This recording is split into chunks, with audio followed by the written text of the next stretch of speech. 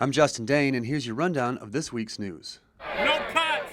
Thousands of people rallied on the state capitol's south steps in hopes of convincing lawmakers to take a more balanced approach to the budget by spending the state's rainy day fund and finding other sources of revenue.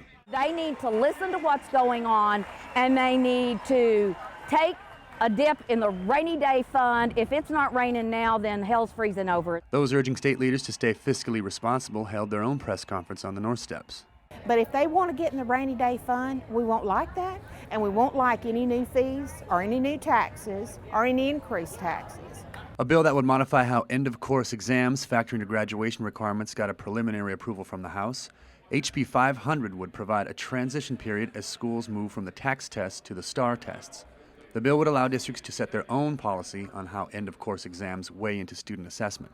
And that's so that school districts can get used to how the tests are handled, what's being tested, and that's a normal transition for school districts. Texas Tribune CEO and editor-in-chief Evan Smith sat down with State Senator Kel Seliger and State Representative BURT Solomons to talk about, among other things, redistricting. We're methodically going through this process, and it is very much a numbers game. You've got a lot of politics, but at the end of the day, when we're looking at the Texas House map, for example, at this point in our part, we're looking at member-driven map. So I'm trying to get as much input. I guarantee you at the end of the day, I may get a lot of no votes for political reasons, but a lot of members will like their districts, although some members just may not. On Thursday, Senator Jeff Wentworth of San Antonio temporarily withdrew his campus carry bill.